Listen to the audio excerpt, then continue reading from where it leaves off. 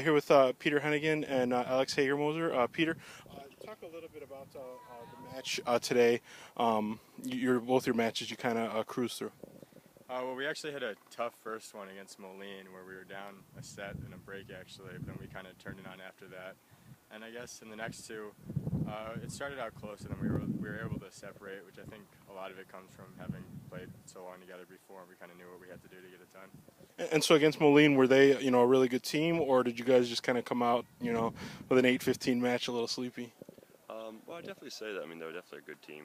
I have all the respect in the world for them. But I mean, in addition to that, it's been really windy today, so like a 20 or 30 mile an hour wind. And so I don't think we really handled that well in the first set. And then in the second set in the breaker, and then since then we've kind of learned from that and handled it a lot better.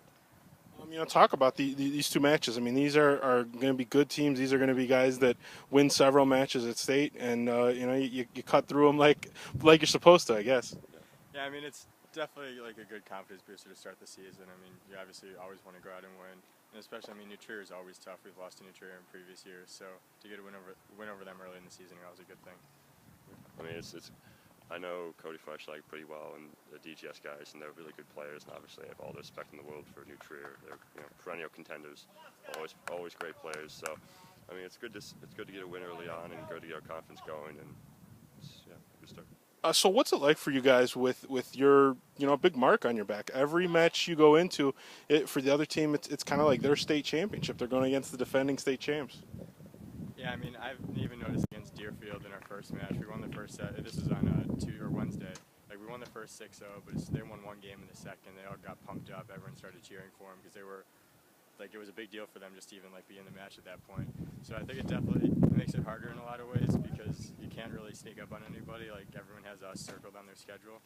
So I mean, I actually kind of like it, but it definitely does. It's a change of pace from previous seasons. I definitely agree with what you said. I mean, it's definitely different from what we've had before. We've kind of, especially sophomore year, we were very under the radar. Nobody really knew who we were. And so since then, we've gotten a lot of notoriety. People know who we are, what we do, things like that. So what's your guys' record so far together this year? 7-0. And have you started? I know it's really early. It's pretty much the first week. But do you look at saying making one of those crazy goals where you go undefeated? I think that has to be the goal. I mean, that was when we were both freshmen on the team. Dan Ballantyne and Ian Tesman. They were trying to defend their state championship, and I know they went undefeated that year. So I guess there'd be a little bragging rights to be able to do the same. And, I mean, you think you guys can do that? Yeah, I think we can. I mean, especially considering we just beat these teams. I mean, these are some of the top probably 5 or 6 teams in the state. So if we kind of beat them pretty easily, I think we'd have a good chance of going undefeated. Yeah. All right. Thank you very much.